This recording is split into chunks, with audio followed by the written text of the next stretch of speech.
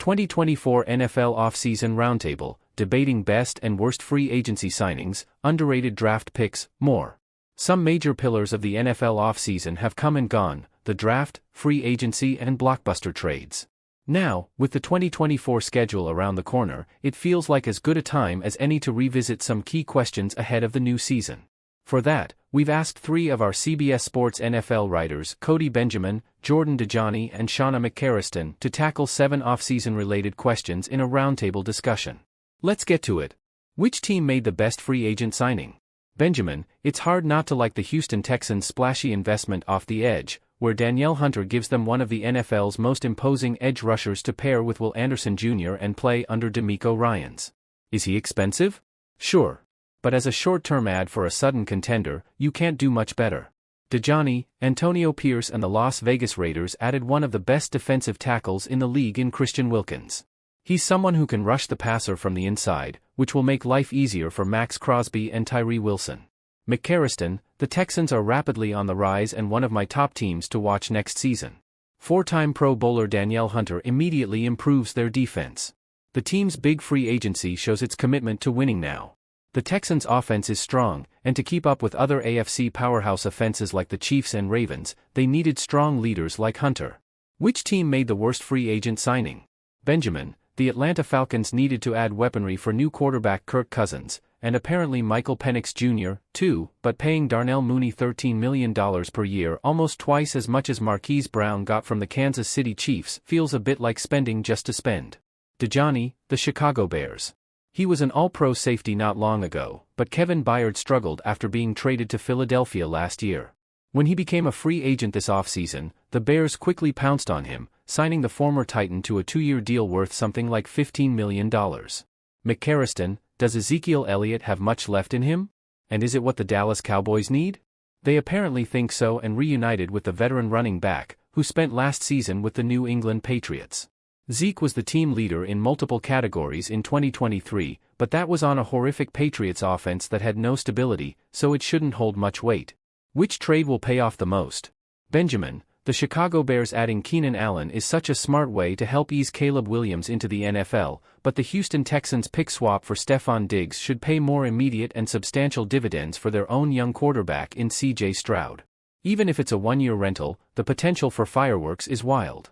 Dajani: the Tennessee Titans' pass defense hasn't finished in the top half of the league since 2018, but that will change with the addition of cornerback L'Jarius Sneed from the Kansas City Chiefs. McCarriston: echoing Jordan here, the Titans added someone with playoff experience and someone who can come in and immediately make an impact.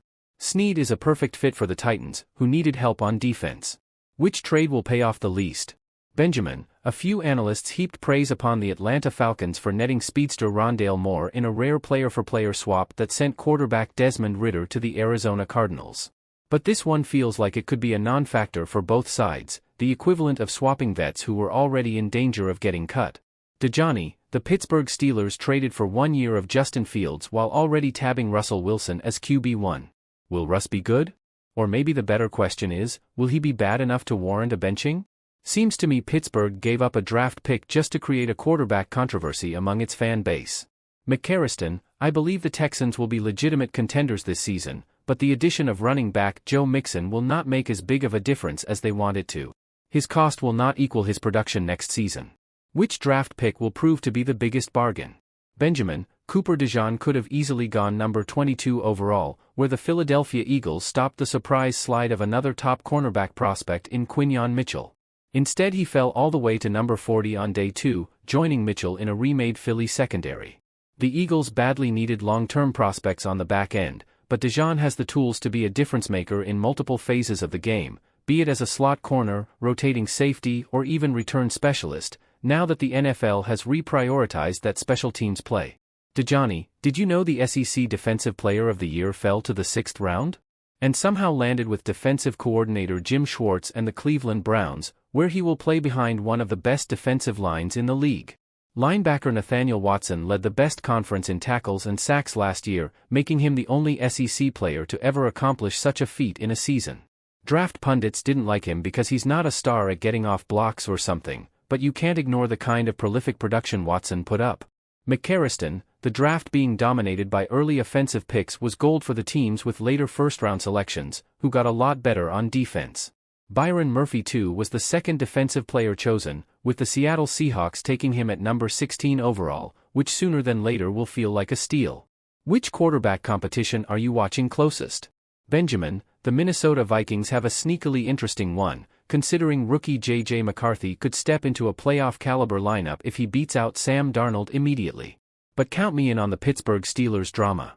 We all know Russell Wilson is a safe bet to open the year under center, but what if Fields somehow lights it up this summer? The talk of his potential promotion will linger, especially if Pittsburgh struggles early. Dejani, let's not kid ourselves, there's only one quarterback competition this offseason, and it's Gardner Minshew versus Aiden O'Connell. But then again, maybe the Raiders add another veteran arm, like Ryan Tannehill. McCarryston, I, too, am very curious how the Steelers' situation will unfold. Russell Wilson does not have me sold, and I think Justin Fields has a chance to take over if the Super Bowl champion starts to struggle. We've seen some glimmers of hope that Fields can be a starter, and if he's given the chance, with a strong head coach, he may become one before many expect.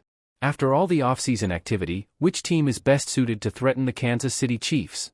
Benjamin, the easy answer is, still the San Francisco 49ers, because Brock Purdy is just hitting his stride, and the setup is still elite. But here are a trio of other favorites: the Cincinnati Bengals, who are lethal with a healthy Joe Burrow, the Houston Texans, who have rightly gotten bold to aid C.J. Stroud, and the Philadelphia Eagles, who are very boom or bust but remain an all-star unit on paper. Dejani, the Detroit Lions. Last year wasn't a fluke, and the front office did a good job this offseason not only keeping their current talent happy with contract extensions, but adding talent as well. McCarryston, if saying the team that faced them last season in the Super Bowl is boring, then call me boring, but I like what the Niners have done enough this offseason to give them this title. The 49ers have an excellent front office and they have continued to make good decisions, like working to keep stars around and adding others. Defensive tackle Malik Collins will be a difference maker in an already solid group. While Purdy has his doubters, he is a quarterback who, with a little help, can lead his team to the promised land.